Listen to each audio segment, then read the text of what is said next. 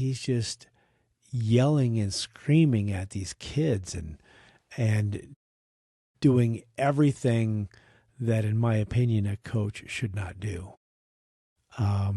Embarrassing a player in front of his teammates,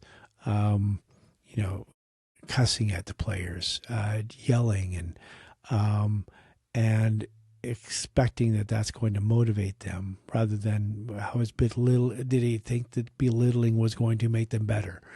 And so, as I am cutting through this park on the way to my apartment, I just stopped and I was like, "Hey, do you need an assistant coach? Is there anything that I can do to help?"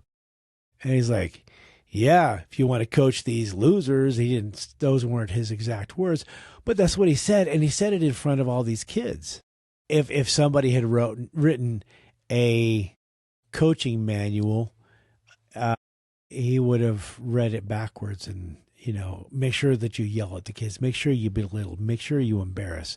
He was doing everything that I knew, me as a player, that I would be like, I would shut down. I had a mom that yelled and screamed at me. Okay. I made it so that I could tune that out. I had drill sergeants that would yell at everybody. Well, guess what didn't work on me as a player, as a soldier? Didn't do anything for me.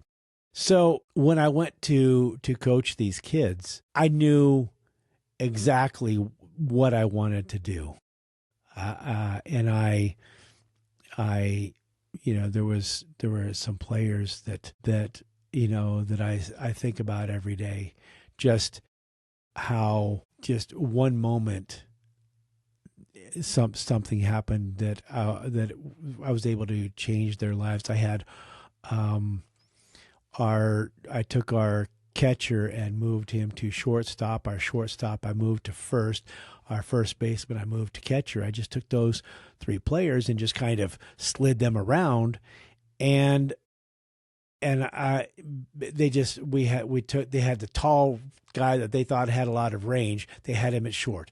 I moved him to first, where he had a lot more range, where, I want the ball out of your glove quickly, and as accurate as the target of the range of your first baseman. And so I could work on their accuracy, but I wanted these guys to just get a quick release. Don't get it and admire it. Get it and get rid of it. Right. Okay. So that's what I wanted from my infielders, was a guy that was a big target.